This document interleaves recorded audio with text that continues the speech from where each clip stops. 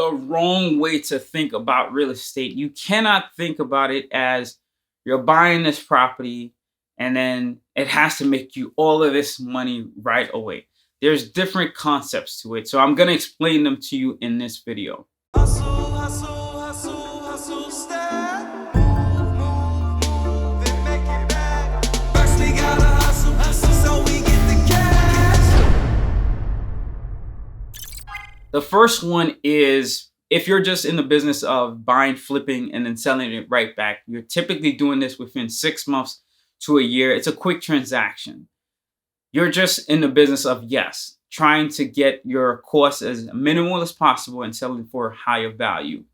It's a great business to be in, and I think it's very therapeutical because you're taking something from garbage or in a very bad condition and turning it into something astonishing. It's an art.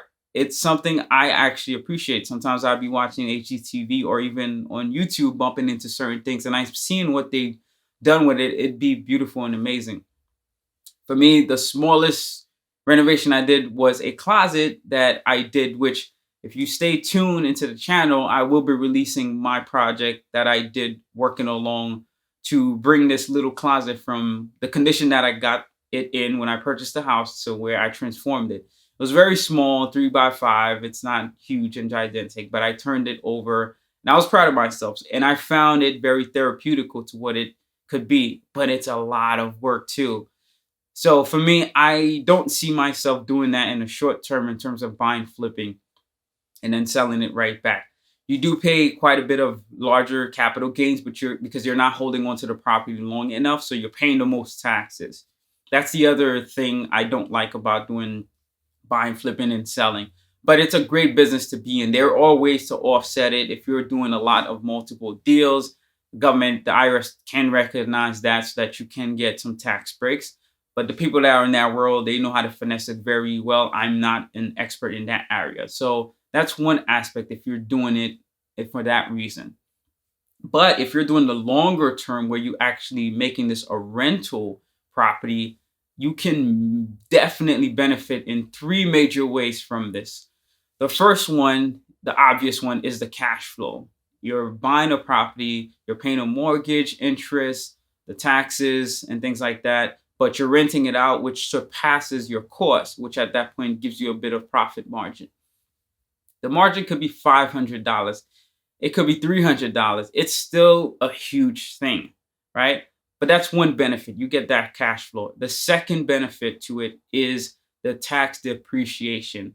Most homes in the US, they do it over a period of 27 and a half years, which is close to the amount of time you're holding onto the mortgage. So about the time that you have the mortgage, you'll be able to get it's about 3.6%, something like that. If you take the value of the home, not including the land, so you have to minus the land for it. Again, the accountant, they typically know how to calculate this because they'll have a copy of your home record so that you'll actually be able to do this math correctly. That's why you hire them to do that. But from the value of the building to divide that by 27 and a half, and that's how much you get every single year. So for me, that's about 20,000. It can range because if you do actual work to improve it for the rental side, you're actually increasing your cost. So that should give you a bigger depreciation value.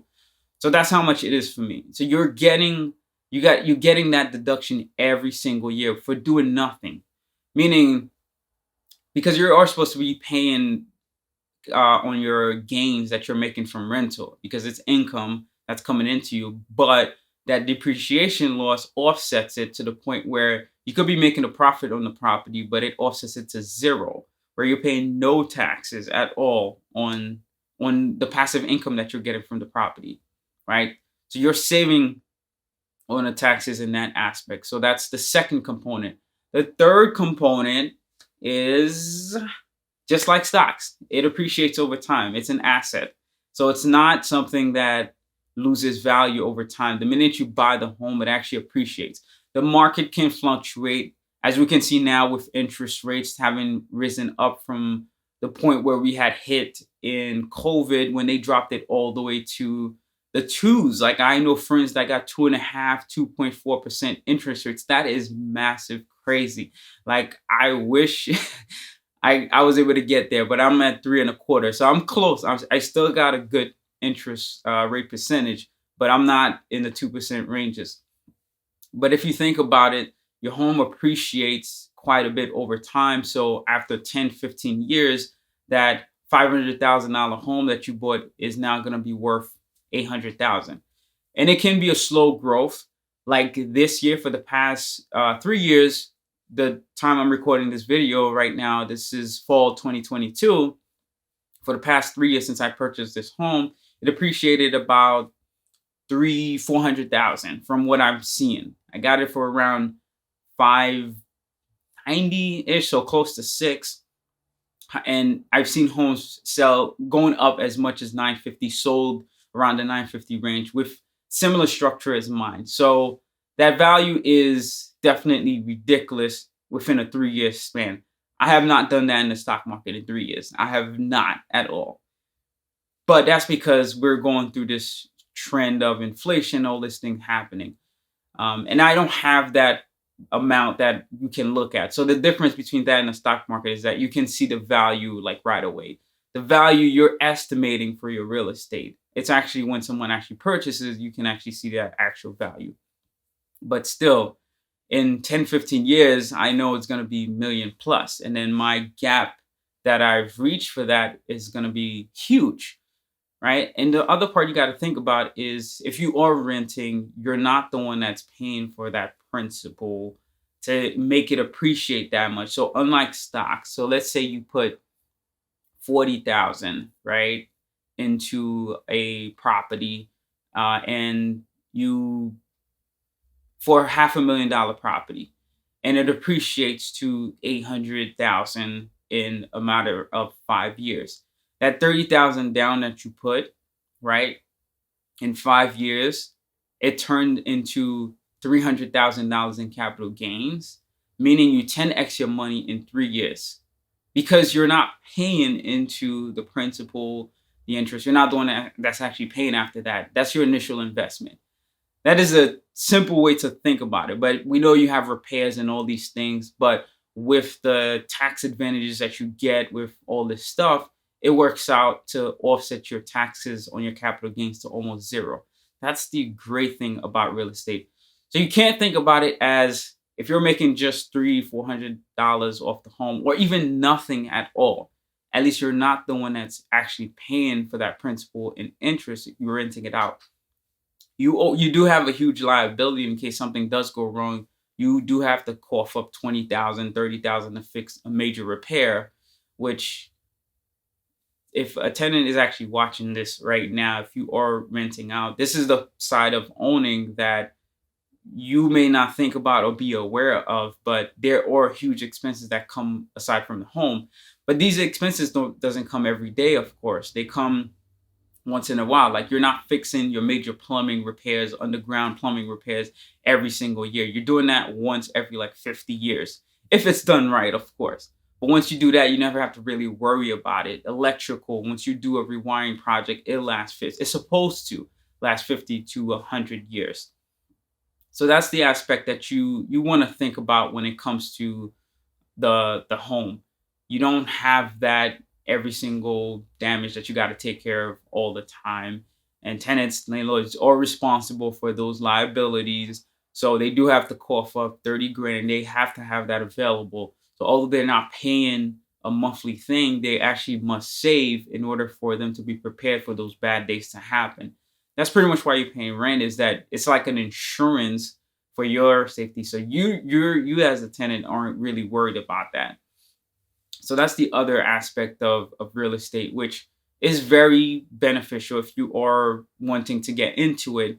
That's how you have to think about it. You can't think about it as the $200, $300 cash flow is not enough for me, right? Especially if you're living in it and you can get your remainder units to cover all these costs. You've eliminated rent. You're paying nothing in rent. And the fees that you're charging covers everything. And it may not even cover all of your living expenses, but at least you're habitant, like the place that you actually live, it covers that. You get a tax deduction every single year that's coming off of the property, and you can apply it towards your part of your personal income taxes that you're supposed to pay, and it can offset it to be reduced so that you can get more money back. And the third component is depreciation, right? Like I said, my property appreciated 350 in 3 years, which is insane, off a $20,000 down payment.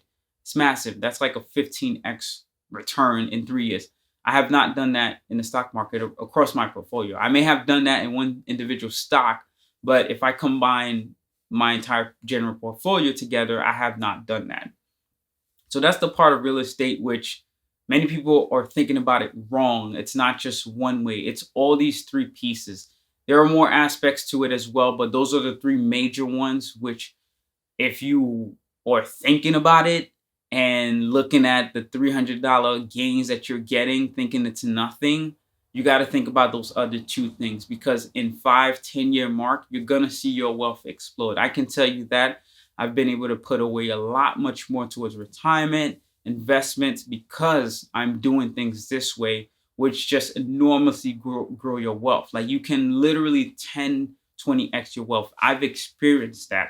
The amount I've been able to save every year prior to doing this versus now is tremendous. But that's because I'm inside of this multiple vehicle component investment. Hope this was inspiring to you. If you had questions in regard to why you cannot think about real estate in that one aspect, just because you've seen a very minor cash flow, it's very tiny, does not mean real estate is bad. It has those other components which you have to be aware of and think about, because it really helps amplify your wealth to a whole nother level. If you're not paying for a lot of costs for living like your habitant place, you can put more towards investments, investing in businesses and other things, which is going to amplify your wealth a lot much more, as the real estate is working too, because the real estate is doing the same thing behind the scenes without you having to actually put in like the man labor and all this stuff until repairs and major renovation happens. So if this was inspiring to you, please drop the thumbs up. Share it if you think this is also informative to someone else. Subscribe if you haven't done so already. Peace. I'll see y'all next time.